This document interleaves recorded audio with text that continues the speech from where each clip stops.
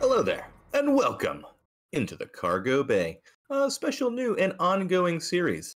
This is Top Star Wars Series 1, a beginner's guide for beginners by beginners. I am BC, here with my co-host as always. Adam B. BC, we're doing something new here. Oh, I'm nervous. Don't be nervous. Don't be nervous. We actually did a slight amount of prep work for this. We actually did. Yeah, so the idea behind this video and ones to come is that we're gonna feature the sets from Top Star Wars, going chronologically through history. So of course we are starting where it all began with 1977 Top Star Wars Series 1. If you want to hit that next slide, we can take a look at what you could have expected a pack of Top Star Wars Series 1 to look like whenever you got it. And I happen to think the pack art is amazing. I love it, BC.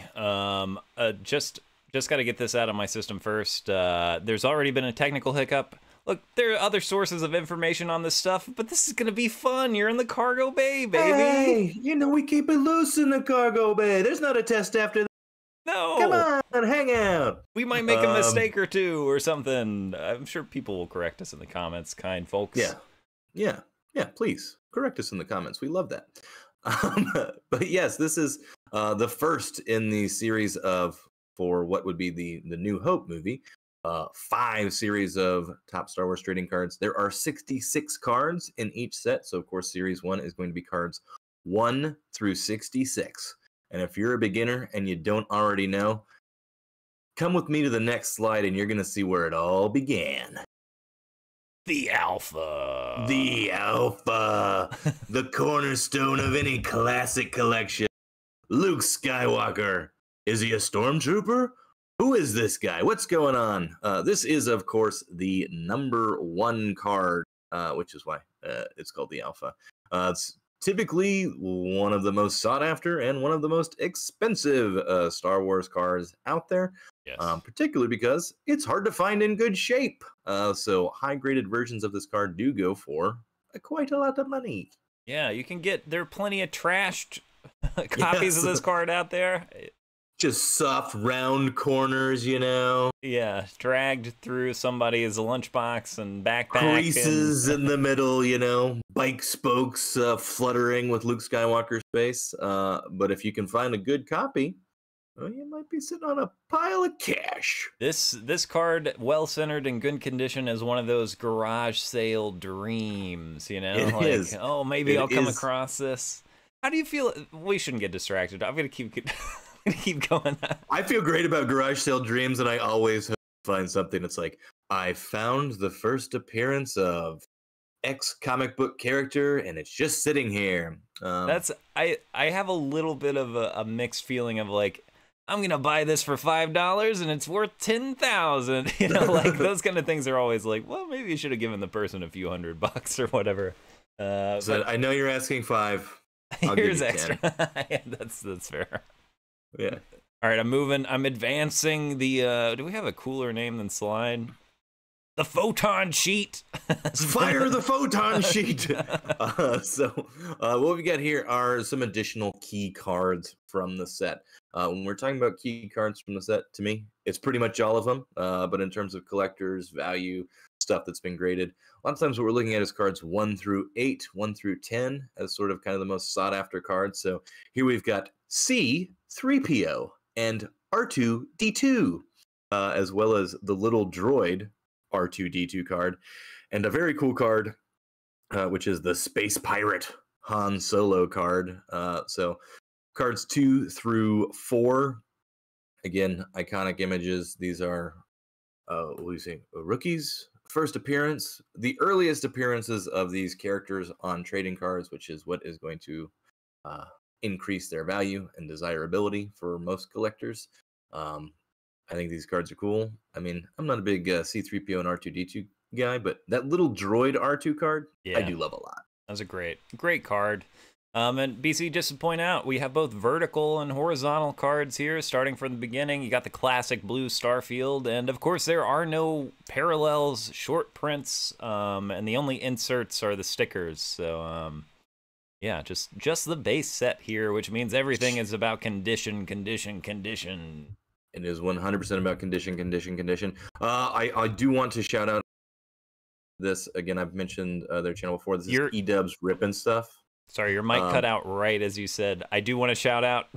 I do want to shout out, not censored, E-Dub Rippin'Stuff, who I've been watching for research, who opened an entire box of Top Star Wars Series 1 in a series of videos, which is a great look at these cards, and you get kind of a feel for what the condition of them are going to be. Highly recommend checking that out. You get a look at all 66. There's multiple versions. You see the quality of the cuts and the prints and how different things would have been affected back then. I mean, it's just the quality of printing back in 1977 is vastly different than today. So yeah. Again, the value is all about condition, and finding cards that were well printed and have been maintained over the years is the key for this set in particular. And I'll link that video in the description below. And I am fire the photons. Getting a different photon. I feel like photons is more of a Star Trek word. I'm just gonna advance the slides. Advance the slide. So moving through our key cards 1 through 8, we've got a very cool Princess Leia card and a very cool Obi-Wan Kenobi card. Both nice portrait vertical cards. Again, these are very, very collectible. For me, the eye appeal, particularly on these two, and even going back to the R2, that vertical card for character cards are pretty great, I think. I'm of two minds, BC, because the Space Pirate Han Solo, like I love a little bit of space to one side of the frame, but vertical cards do look better in a binder, in my opinion, and sometimes better on the shelf. So I don't know, but yeah, these are awesome.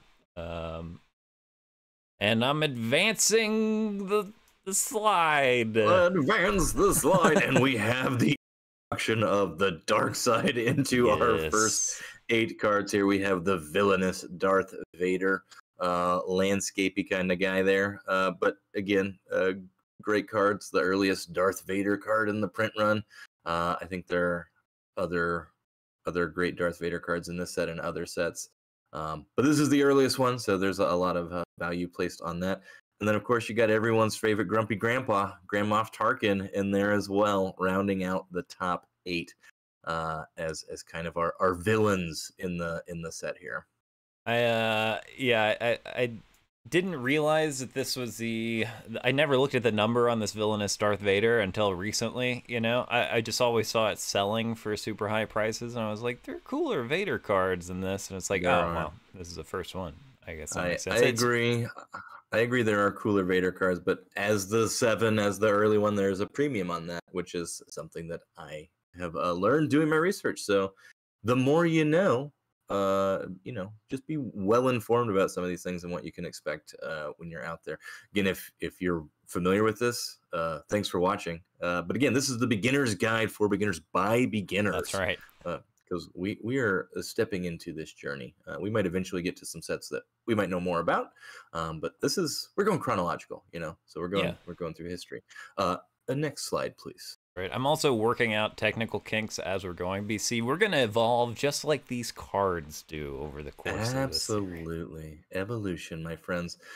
We've got the original insert. In your wonderful 15-cent pack of Star Wars trading cards, of course you were going to get some of those base cards you were seeing, but the main thing you were getting was a stick of bubble gum that was right on the back of this card, which over time has destroyed the quality of almost every single sticker that's out there from 1 through 11. So shout out to bubblegum trading cards, which, again, trading cards, a fun fact if you didn't know, were mostly a way of selling bubblegum back in the day. But yeah, if you watch the E-Dubs Rippin'Stuff, you can see every pack that's open pretty much firmly attached to the back of the sticker is a piece of gum that's going to leave a nice stain from being in that pack for decades. So these are exceptionally hard to find in really high grade condition because the backs specifically are terrible, but the fronts usually look pretty good. I have not had the pleasure of tasting original 1977 Star Wars gum. I do believe I tried 1979 Alien gum, I think was the oldest gum I have Yeah, chewed. And you and I have both tasted gum that should not have been put in our no, mouths. I mean, probably that's is yeah, toxic on multiple fronts. yeah. It turns to It's dust in your mouth. It's terrible, awful experience. Don't try it, not even for a stunt. don't That's eat my it. advice. But Don't. yeah, We did so not swallow it. Yeah. no, no. Yeah. So in addition to your cards, your stickers, your piece of gum, you're getting a lot of goodies out of a pack here. But yes, stickers 1 through 11. If you go to the next slide, we'll see some more primo examples of what you could Yeah. expect from those stickers. I think these look really cool, all Super lined up cool. together like that. Iconic shots, iconic images. I love the big chunky sticker border with the starfield I background. love those kind of airbrushed backgrounds, and Yeah, you have three variants here. The red is probably my favorite, but I like them all. They're cool. very cool stickers. Again, collectible, valuable, in high quality, high great condition.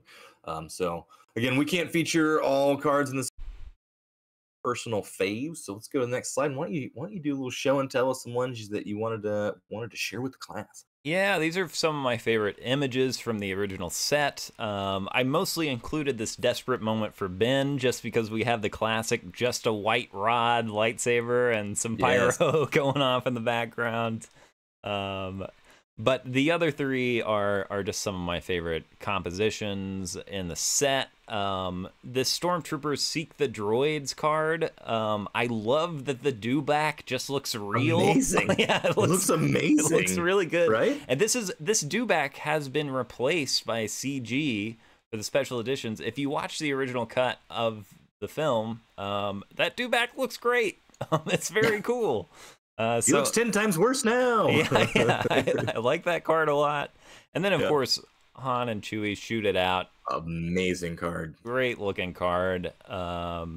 Two cool characters there doing some blasting of some stormtroopers. And then Battle in Outer Space, which is just a painting. It's not an actual shot from the movie. It is just some art. I'm not sure if the printing of the stills didn't work very well for the cards or whatever of actual shots from the movie. But also we have the TIE fighter shooting pink lasers instead of green, which they replace those with green lasers in the Sapphire reproduction of this set. But anyway, it's a cool card. I like X-Wings. I like space battles. So those are some of my favorites, BC. Some personal faves. Why don't I share some of mine on this next slide coming up here? Boom! Cha cha cha cha. And then, of course, you've got the Harrison Ford as Han Solo. I do prefer this to the Space Pirate Han Solo one. I like the vertical. I like the iconic pose of this one. Pose. And you got Harrison Ford's name right there on the card. I think it's just a cool card. I like that one a lot. Anyone who's familiar with the cargo bay knows that I am a number 26 fan. I love this card too, BC. A horrified Luke sees his family killed. The best trading card name probably of all time. The image, the composition. I mean, you've got the speeder in the background. You've got some moisture farming equipment even further in the background. The composition of this card is like artwork to me. I genuinely love this card. It's just a fantastic, fantastic image that I've kind of been obsessed with. As soon as I saw the title of the card, the image was like, that's a perfect trading card. So yeah, I love that card. We've also got Sighting the Death Star, which I think is just a cool one. You got a 4-shot in the cockpit of the Millennium Falcon. Again, there are a lot of other images and cards from the set that are fantastic. We just wanted to highlight some of our personal favorites. Please feel free to drop a comment below on other cards that are maybe your favorite or are images that you think are great, because there are, going through looking at all these cards and set, there's a ton that if you're a Star Wars fan, they're just a pleasure to look at and enjoy. So just wanted to jump in with a quick guide on what we like about it, some of the things you can expect from the set. Again, the main thing is going to be condition. If you're looking in terms of quality and collecting and money, but I would also be perfectly happy having a trash set of these in a binder that I could just go flip through every once in a while because I think these cards are that cool and I love the movie that much. Yeah, it's a great thing for the hobby in general that the Yeah. original Star Wars set is awesome. You know, Yeah. they nailed it with the little explodey Star Wars logo and the blue starfield. And I think that's part of the reason why Star Wars cards are, you know, doing well today, because these are iconic and they're one of those things that have ballooned in value over time, of course. Because they printed these things because they couldn't get Star Wars merch on the shelves fast enough, you know. After the success of Star Wars, they were like, we gotta at least do trading cards fast. Let's get them going. Let's get them out into people's hands so people don't forget how awesome this is. Because people don't know what streaming or DVDs are.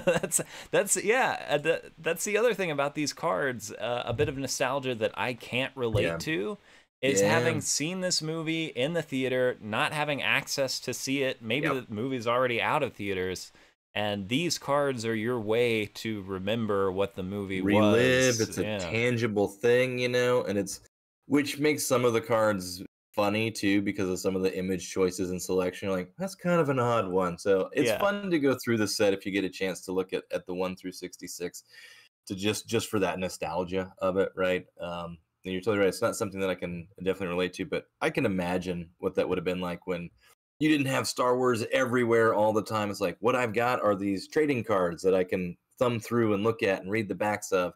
Another thing about them, huge puzzle that you can put together with the backs of some of these cards. So the backs of these cards are cool as well. But yeah, just a fantastic set. Love them. Stay tuned, like, subscribe if you're interested in seeing more of this. We're going to be coming with Topps Series 2 from 1977 next, which is cards 67 through 132. This is going to be, spoiler alert, the red border. Yeah. Yeah, the red border and the logo changes colors too, right? It changes to blue and yellow for the little logo splash, I believe. Spoiler alert. Yes, it does. Nice. Yeah. Nice. Yep. But yeah, again, thanks for watching. And if you have suggestions, leave them in the comments. We're going to keep getting better at these. This is our introductory session here as well. But yeah, hopefully that was fun. It was fun for me, BC. Fun for me, for sure, yeah. Right, well, I guess until next time, bye forever. And it's time for a classic shoomp, I believe, BC. I'm going to be really good. Shoomp. Beautiful. Well done, BC. Shoomp. Shoomp. Shoomp. Are you asking a question?